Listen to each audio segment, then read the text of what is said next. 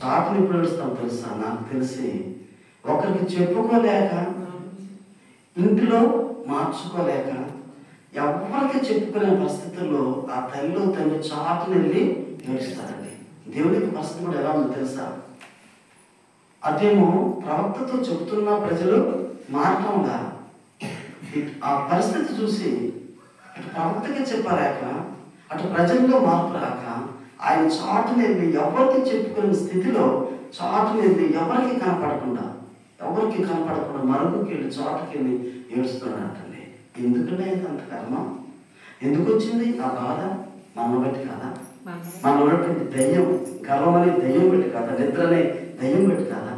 దాన్ని మానేసుకుంటే మనకి రెండు చాలా చాలా చాలా ఆత్మీయంగా ఉంటుందండి. ప్రయత్నించండి. ఈ 15 రోజులు, ఈ క్రొత్త నెలలో, ఈ యొక్క మార్చి నెలలో ప్రయత్నించండి, ప్రార్థించండి. ఆ ప్రభుని దీవెని మీరు పొందండి.